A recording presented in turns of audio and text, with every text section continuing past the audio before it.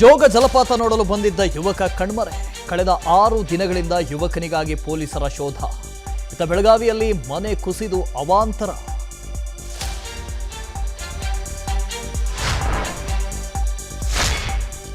ಕೃಷ್ಣಾ ನದಿ ನೀರು ಹೆಚ್ಚಳದಿಂದಾಗಿ ದತ್ತ ಮಂದಿರ ಜಲಾವೃತ.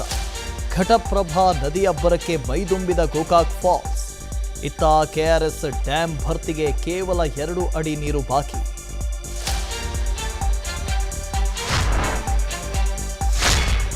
ಕೇಂದ್ರ ಸಚಿವ ಎಚ್.ಡಿ. ಕುಮಾರಸ್ವಾಮಿಗೆ ಪ್ರಚಾರ ಬೇಕು. ಹೀಗಾಗಿ ಅವರು ಮಾತಾಡ್ತಾರೆ, ನಾವು ಮಾತಾಡಲ್ಲ. ನಮಗೆ ರೈತರೇ ಮುಖ್ಯ ಎಂದ ಡಿಸಿಎಂ ಡಿಕೆ ಶಿವಕುಮಾರ್.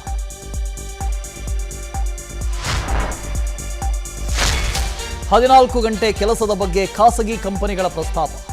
ಸರ್ಕಾರ ಯಾವ ನಿರ್ಧಾರ ಮಾಡಿಲ್ಲ ಎಂದ ಕಾರ್ಮಿಕ ಸಚಿವ. ಮತ್ತೊಂದು ಕಡೆ ಭುಗಿಲೆದ್ದ ಐಟಿ ಉದ್ಯೋಗಿಗಳ ಆಕ್ರೋಶ. ಕೆಲವೇ ಕ್ಷಣಗಳಲ್ಲಿ ಸಂಸತ್ ಅಧಿವೇಶನ ಆರಂಭ. ಜನರಿಗೆ ಕೊಟ್ಟ ಭರವಸೆ ಈಡೇರಿಸುತ್ತೇವೆ ಎಂದ ಪ್ರಧಾನಿ. ನಾಳೆ ನಿರ್ಮಲಾ ಸೀತಾರಾಮನ್ರಿಂದ ಬಜೆಟ್ ಮಂಡನೆ. ಅನುಕ್ಷಣದ ಸುದ್ದಿಗಳಿಗಾಗಿ ವಿಸ್ತಾರ ನ್ಯೂಸ್ ಯೂಟ್ಯೂಬ್ ಚಾನೆಲ್ ಸಬ್ಸ್ಕ್ರೈಬ್ ಮಾಡಿ.